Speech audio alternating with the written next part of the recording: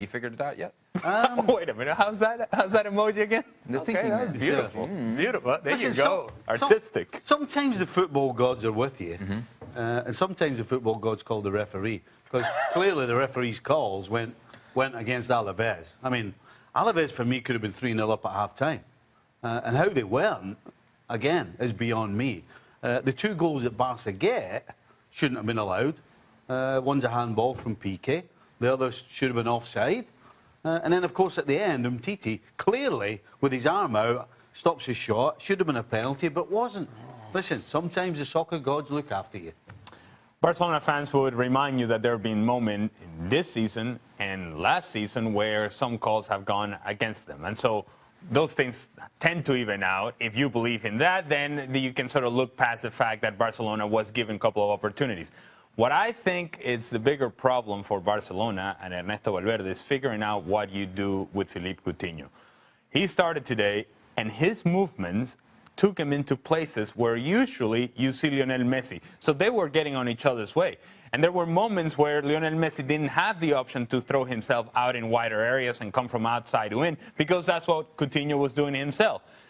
You know who's going to lose out here. It's not going to be Lionel Messi. He's going to get the freedom to do whatever he wants. And so now Coutinho and Valverde need to sort out, okay, where is that my role is going to be more effective with this team? Because at times everything was funneled down the middle. The chances were not created with any sort of consistency. In fact, turnovers happen, and in those turnovers it is when Alaves were creating chances the other way. This was a struggle for Barcelona.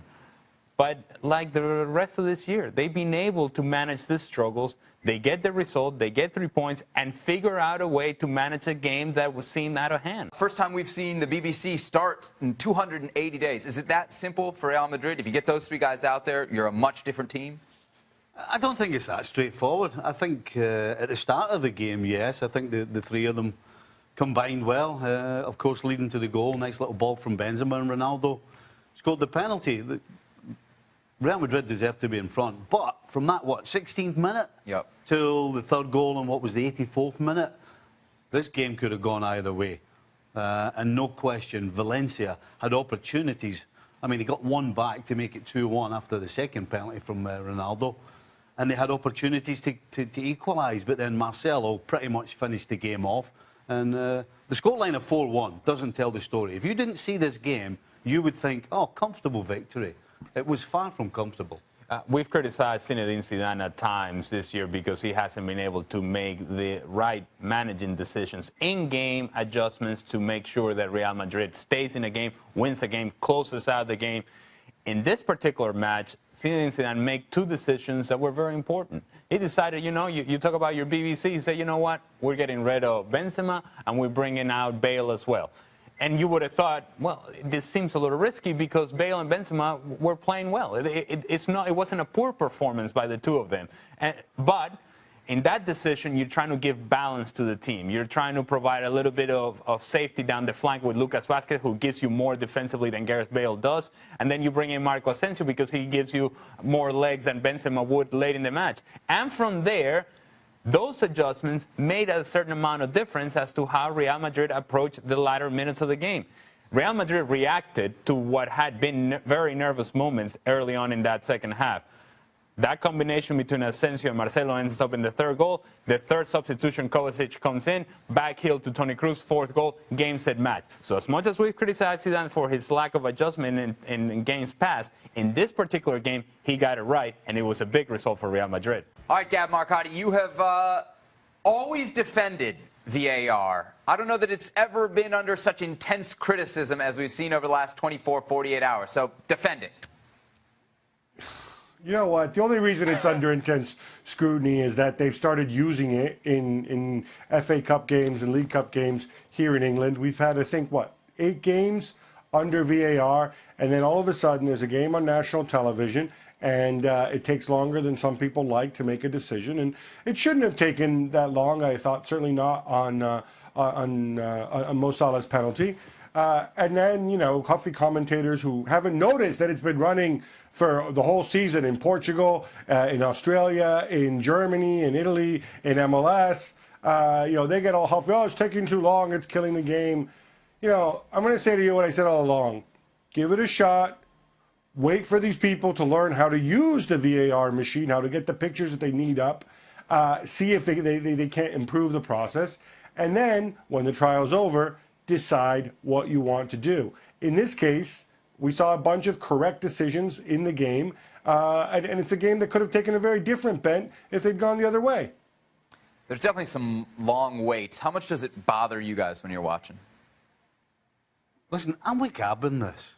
Do we seriously expect something like this to be used and then straight away they've got it all down to a certain time and it all runs smoothly and everybody knows what's going on? I mean, seriously, do we really think that's going to happen?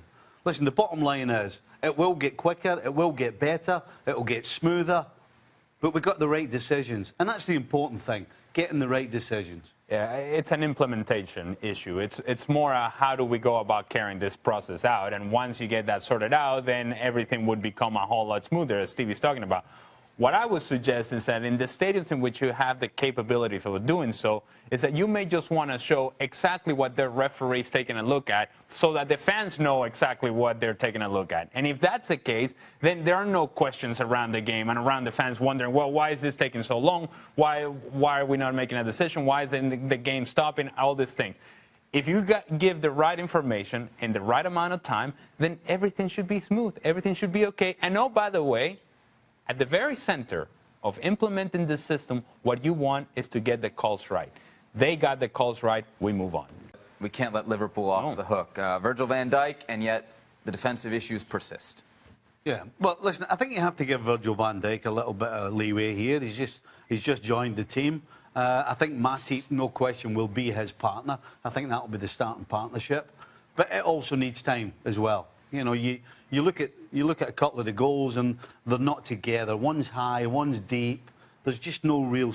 There's nothing in sync there. Once the two of them get that together, then they can start looking after the fullbacks, and then maybe you'll see Liverpool defend a little better. I think it's a bit harsh just to turn around and say, well, Van Dijk's here and it's still as bad. Listen, certain things do take time, and that's one of them. But it is further evidence that Virgil van Dijk is not just going to come in and everything is resolved for Liverpool defensively. He's just one piece of what is a defensive nightmare for Liverpool. And it's not only that Van Dijk doesn't make the difference that people would want at this point in time, but it's also the fact that you have defense, you have right back, left back, that you don't quite know how they're going to show up in a game. That the other center back, Joel Matip, he can make mistakes as well. And oh, by the way, if they get past you, the guy who's in goal, whether it's Karius or Simon Mignolet, they're going to make mistakes too. And so that creates a problem as well. So let's get this thing right. All the best defences in the world you've ever seen are number one a unit, and it's the same players. In the last 3 or 4 games, we've had different goalkeepers, different right backs, different left backs. To be fair, the problems haven't been limited to the last 3 or 4 games, though. But how do you expect to get any sort of unit together when you are constantly changing not just one piece, but 2 pieces every single time they step on the field? Yeah, it sounds like Pep Guardiola's ready to be without Leroy Sané for a while. How long do you expect him to miss? They talked to something like 3 weeks to 4 weeks, which obviously means he's gonna miss out on the Champions League, possibly both legs. But the one thing, you know, if there is a time to lose a player for a month, it probably is Leroy Sané in that position, given their lead in the table, given their opponent in the Champions League, given the fact that, you know, they still have Gabriel Jesus and Bernardo Silva and Raheem Sterling, all of whom can of course play in wide areas. Let's stick with Spurs here. Gab, I want to get the latest from you on Lucas Moura. Is this a player that Spurs really desperately need? I don't know if he's a player they really desperately need, but I think they look at the price, and Paris Saint-Germain are in a situation where they want to raise some cash with a view towards financial fair play to hopefully avoid a sanction. And the price that's been quoted is right around 25 million. I think there's a pretty good chance that this deal gets done. It's a question of whether Spurs what kind of a commitment Spurs want to make to Lucas Moura at this stage, because I don't think he's necessarily going to be an automatic choice with Eriksen and Dele Alli in there. Guys, if he's not an automatic choice, how badly do Spurs really need Lucas Moura? They need some options. You know, Lamela pretty much is never fit. Careful, because Gab's there. yeah, Gab loves Lamela. So they don't really have options. And there's no question Moura has talent. And at 25 million, Gab's saying, in today's market, that's a steal for a guy who could kick on and become the player that we all think he can be. So I think it should be a decent move. I think over the years, we have expected Lucas Moura to, as Stevie says, kick on. And that waiting period, I think, is come and gone. I just don't see what the ceiling is for Lucas Moura. We thought it was high at one point, and is a player that has not really developed in the way that we all had hoped and had expected. So at this point, I don't even know whether he's worth a gamble, though the price itself is not really a gamble when you consider the market. Before we saw the Spurs highlight, we saw the Chelsea highlight. Gab, I'm wondering where Chelsea stands on their search for another striker. Can you update us? Well, obviously, they've been working on Edin Dzeko from Roma, deal very close between them and the club, but there's an issue with the length of his contract, and possibly also commissions for his agent. They've also been offered Olivier Giroud, possibly surplus to requirements at Arsenal if Aubameyang comes in. So I think Dzeko, they'd want to lock up soon. He said he doesn't want to leave unless Roma have enough time to get a replacement. So in the end, they may decide it's Giroud or nobody. Dzeko, Giroud, you got a preference if you're Chelsea? Well, if I have preference, I'll take Dzeko, even if it is for a short period of time. I don't know that I want any part of Giroud, but I guess it's an improvement to Batshuayi if you're Giroud, but I would take Dzeko in between those two. Stevie? Dzeko. Really? Yeah. Not even close? No. Welcome into Extra Time. You've gotten us your questions. If you have any more, hashtag FC Extra Time. Yep. You better hurry up. Check. Probably too late. Being honest. Right. First one in here from Gana Puyel. He wants to know, why is Messi so good at free kicks, but not so good at penalties? Also, what did we make of Philippe Coutinho's La Liga debut? I'll start with the second part of the You didn't like question. it. You weren't super impressed. No, You're going because to do the second part first, not the first part second. correct. We'll let you explain why Messi is no good at penalties. Yeah, we leave that to you. I thought Coutinho, they got to find what his role is for Barcelona. I thought at times he was getting on the way of Messi. He was getting on the way of other players because he was trying to find his place on the field and within the team. And the team became very central. Everything was going down the middle. They had very limited presence out in the flank, out in wider areas, and it made it easier for Alaves to defend. So not only is it on Coutinho, but it's also on Valverde to say, okay, let me see where this guy really fits in. The talent is there, but I just don't know that taking the places of Lionel Messi is really going to be very productive for Coutinho nor Barcelona. How long should something like that take? Like, at what point do you start to worry, oh, maybe these two guys can't play together? Hold on. He's only had one game. That's what I'm saying. How long until No, you no. get to that point? No, I think it's good to be out there and to say, oh, wait a minute, this is where Messi likes to operate. Maybe I take other spaces. Maybe I take other areas. Because, let's be honest, he's going to have to play off of whatever Messi does. Messi is not going to adjust to Coutinho. Coutinho will have to adjust to Messi. And some players haven't been able to thrive in that role. Fabregas had difficulties with that. Alexis Sanchez had difficulties with that. And even Neymar at times had difficulties with that. It wasn't an immediate success. So it's going to take some time, but Coutinho is a talented player, and you think that talented players certainly can find ways to play together. You know, in some ways, Iniesta might be a problem as well. Yeah. Because Coutinho at Liverpool Is was more about- Iniesta, right? was about coming off the left-hand side Yep. and scoring goals with his right foot. Well, he's the long-term Today, replacement, right, today- for Iniesta? Any chance of that? Coutinho's the replacement for Iniesta. I can't do that. How many times did you say that? That's 3 times you said that. Hey, I think that Coutinho is a long-time replacement for Iniesta. Oh, something about it, no? Fine. Let's move on to the next question. Oh, do you know what the answer? No, I do want your answer. Go ahead. Were you saying something? Were you talking to me the whole time? Hey, about the penalties. See? The penalties. Yeah, why is Messi no good at penalties? Explain that. Do you know what? As confident as he is on the field of play, the one thing But there's just a little grey area where he's not so sure is when he's taking a penalty kick. Just that little seed of doubt is definitely in his head. That's why he doesn't look confident in penalties. I have another question for you here, Stevie, from Sola. How does Stevie sleep well at night with Liverpool's topsy-turvy performances, especially after beating City? And how much longer does Jurgen Klopp have before getting the boot? All right. Well, I'll take the first one. I'll take the first part of this time. Okay. Right? How do you sleep well at night? Beer. Any specific? But that's not specific to Liverpool Well, performance. it depends on the performance. Right. And that will determine the amount. Just to make sure I get to sleep.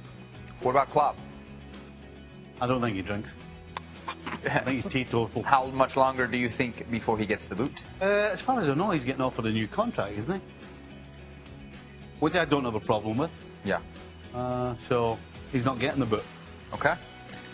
Aubameyang on Twitter, that's the guy's handle, wants to know, Aubameyang, Ozil, Lacazette, Mkhitaryan. Are we seeing, I'm sorry, I gotta say it with a straight face, are we seeing a dream team at Arsenal? A daydream team. Are they serious? Is he real? I mean, on FIFA, that's a pretty good front four, I guess. Huh? Like on the video game. It's an attractive front four. I don't know that it's a winning front four. Okay, there you go. There you go. See? Exactly. See, you answer your own question. Are we talking, Wasn't my question. Are we talking football? Are we talking video games now? Well, right now we're talking football. What? Football. Football. Football. What's that? As you would say it. I don't I say call it, that. I call it soccer. I don't say that. Football. Man, I'm glad this is actually Football. Football. Hey, I thought this was great. Really. This is really, yeah. It's smooth, really. Absolutely. We'll be doing it again for the rest of the week. You can catch us. You're gonna be here? After this, I don't know. But your Performance schedule. review is next. If Stevie has anything to do with it, he'll probably be in his chair tomorrow. Monday, 6 p.m. Eastern, ESPN News. We'll maybe see you then.